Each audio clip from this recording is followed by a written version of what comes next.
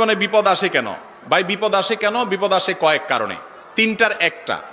ইমানদারের জীবনে বিপদ আসে প্রথমত আল্লাহ তাকে সতর্ক করতে চান। কোরআনে আল্লাহ তাআলা বলেছেন লিউযীকাহুম বা'দাল্লাযী আমিলু, নিজেদের কোনো পাপের কারণে আল্লাহ তাকে সতর্ক করেন বিপদ দিয়ে, যাতে সে ফিরে আসে। এটা একটা উদ্দেশ্য। আরেকটা হলো বিপদ দিয়ে আল্লাহ তাআলা গুনাহ মাফ করেন তাকে। আর আরেকটা উদ্দেশ্য হলো বিপদ দিয়ে আল্লাহ তাআলা তার মর্যাদা বৃদ্ধি করেন। এজন্য ইমানদারের বিপদে কখনো ক্ষতি নাই, যদি সে সবরটা করতে পারে বিপদ এক সময় দূর হয়, সওয়াব তার আমলনামায় ঠিকই জমা হয়ে যায়। আল্লাহ তাআলা আমাদেরকে বিপদে সবর করা। সাদিক ইসলাম জানতে চাইছেন, বিয়ের পরের দিন ছেলেকে শ্বশুরবাড়ির জন্য বাজার করতে হয়, এটা কি জায়েজ আছে? বিয়ের পরের দিন ছেলে শ্বশুরবাড়ির জন্য বাজার করতে হয়, এরকম কোনো কালচার ইসলাম আমাদেরকে শেখায় নাই। এগুলো আমাদের দেশীয় কালচার এবং সংস্কৃতি। ছেলে যদি সন্তুষ্ট হয়ে নিজে থেকে শ্বশুরবাড়ির জন্য কিছু করতে চায়, উপহার দিতে চায়, ভিন্ন কথা। কিন্তু এটাকে আপনার কালচার বানিয়ে যদি আমরা আদায় করি এবং ছেলে আপনার অপারগ হলেও এটা দেওয়ার জন্য তাকে আপনার কষ্ট করতে হয় এবং দিতেই হয়, তাহলে সেই সংস্কৃতি অবশ্যই প্রশংসনীয় নয়।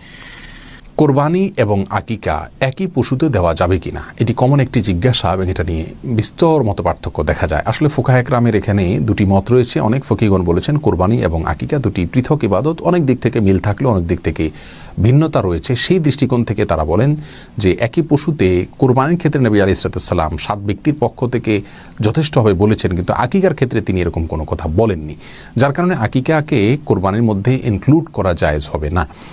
হ্যাঁ, ঈদের দিনে অর্থাৎ কোরবানিদের দিনে আকিকা দিলে কেউ হতে পারে, কিন্তু সেটাও সুন্নাহ বিরোধী হবে। যদি কারোর সামর্থ্য থাকে তাহলে তিনি 7ম দিনে অথবা 14তম দিনে বা 21তম দিনে আকিকা করা উচিত। কোরবানি পর্যন্ত আকিকাকে লেট করা উচিত নয়। অনেকে কোরবানির সাথে আকিকা করবেন এই আশায় কোরবানি আকিকাকে পিছিয়ে দেন, এটা ভুল ধারণা।